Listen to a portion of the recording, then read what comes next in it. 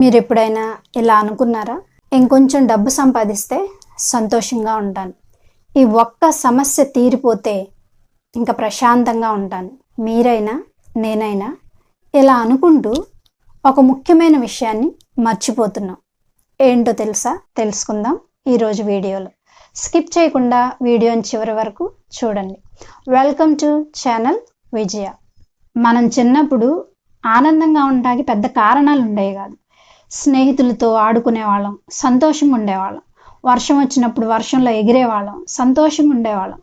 అంతెందుకు, అమ్మ మనకి ఇష్టమైనది ఏదైనా వండి పెడితే సంతోషంగా ఉండేవాళ్ళం. కానీ ఇప్పుడు ఒక కొత్త ఫోన్ కొంటే 2 రోజుల ఆనందం, ఒక కొత్త కారు కొంటే 2 నెలల ఆనందం, జీతం పెరిగితే 2 రోజుల ఆనందం, ఆ తర్వాత మళ్ళీ ఏదో తెలియని వెలితి, ఏదో తెలియని లోటు అనిపిస్తుంది. అవునా కాదా?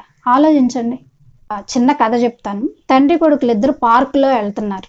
అప్పుడు ఒక చిన్న కుర్రాడు చేతిలో గాలిపటాన్ని ఎగరేస్తూ చాలా సంతోషంగా ఆనందంగా ఎగురుతూ ఉన్నాడు. అప్పుడు ఈ కుర్రాడు తండ్రితో అన్నాడు, నాన్న, చేతిలో చిన్న గాలిపటం ఉంది, దానికే వాడు అంత ఎగురుతూ సంతోషంగా ఉండాలా అని. అప్పుడు తండ్రి చిన్నగా నవ్వి ఇలా అన్నాడు, చూడు నాన్న, ఆ చిన్నవాడి ఆనందం తన చేతిలో ఉన్న గాలిపటంలో లేదు, ఆ క్షణాన్ని ఆస్వాదిస్తున్న, ఎంజాయ్ చేస్తున్న మనసులో ఉంది అని. ఒకసారి ఆలోచించండి.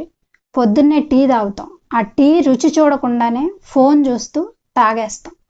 మన పిల్లాడు పరిగెత్తుకుంటా వచ్చి ఏదో చెప్పాలనుకుంటాడు, 1 నిమిషం ఆగరా అంటాం. అమ్మ పక్కనే కూర్చొని మాట్లాడే అవకాశం ఉన్నా తర్వాత మాట్లాడతా అంటాం. కానీ 1 గంట సోషల్ మీడియాలో ఎలా గడిచిపోయిందో మాత్రం తెలియదు. జీవితంలో పెద్ద సంతోషాలు చాలా అరుదుగా వస్తాయి, కానీ చిన్న సంతోషాలు రోజు తలుపు తడుతూనే ఉంటాయి.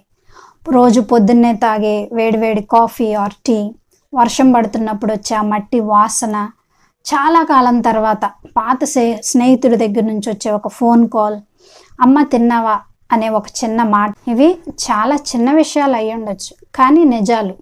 ఈ చిన్న విషయాలే జీవితాన్ని అపురూపంగా మార్చే మధుర క్షణాలు అవుతాయి. కొన్నిసార్లు అనుకుంటూ ఉంటాం, ఇల్లు కడితే ఇంకా చాలు సంతోషంగా ఉంటా, ఇంకొంచెం సంపాదన వెనకేసుకుంటే సంతోషంగా ఉంటాను, అలాగే ఈ ఒక్క సమస్య తీరిపోతే సంతోషంగా ఉంటాను. కానీ జీవితం ఒక పాఠం నేర్పిస్తుంది. ఏంటంటే సమస్యలన్నీ పూర్తిగా పోయే ఒక రోజంటూ జీవితంలో రాదు. కాబట్టి సమస్యల మధ్యలో కూడా నవ్వగలగాలి. ఎందుకంటే వర్షం ఆగేదాకా ఎదురు చూస్తే ఇంద్రధనుసు చూడలేం. కాబట్టి కొన్నిసార్లు వర్షంలో నడవాలి, అప్పుడే ప్రకృతి అందాన్ని అనుభవించగలుగుతాం.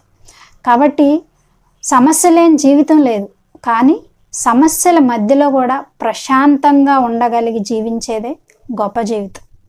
అది కొన్న రోజు సంతోషంగా ఉంటాను, ఈ ఉద్యోగం వచ్చిన రోజు సంతోషంగా ఉంటాను అని ఎదురు చూస్తూ కూర్చుంటే ఆ రోజు ఎప్పుడు వస్తుందో మనకు తెలియదు. ఎందుకంటే ఒక కోరిక తీరగానే ఆటోమేటిక్గా ఇంకో కోరిక పుడుతుంది. ఇంకోటి ఏంటంటే గతం మన చేతిలో లేదు, అది అయిపోయింది. భవిష్యత్తు గురించి ప్రణాళిక వేసుకోవడం మంచిదే, కానీ ఒకటి గుర్తుపెట్టుకోవాలి, భవిష్యత్తు ఎప్పుడు కూడా మన నియంత్రణలో లేదు. కానీ మన నియంత్రణలో, మన చేతిలో ఉన్నది ఈరోజు, ఈ క్షణం. కాబట్టి ఈరోజు, ఈ క్షణం మీ చేతిలో ఉన్న అవకాశాలను మీరు ఉపయోగించుకోవాలి. మీ చుట్టూ ఉన్న మీ ప్రియమైన వారిని ప్రేమించాలి. ఈ క్షణంలో ఉన్న ఆనందాన్ని, సంతోషాన్ని ఆస్వాదించడం నేర్చుకోవాలి. మీ లక్ష్యాల కోసం కష్టపడండి.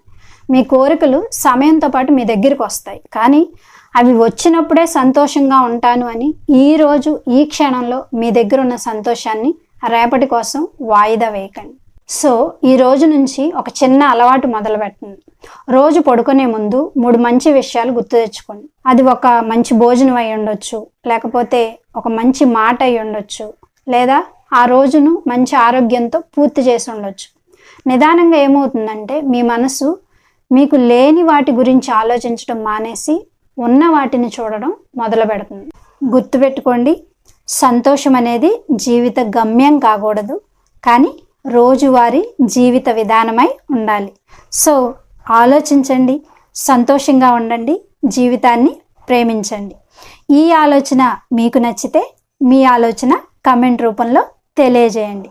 ఒక ఆలోచన ఒక జీవితాన్ని మారుస్తుంది. Thank you for being here. Don't forget to like, share and subscribe.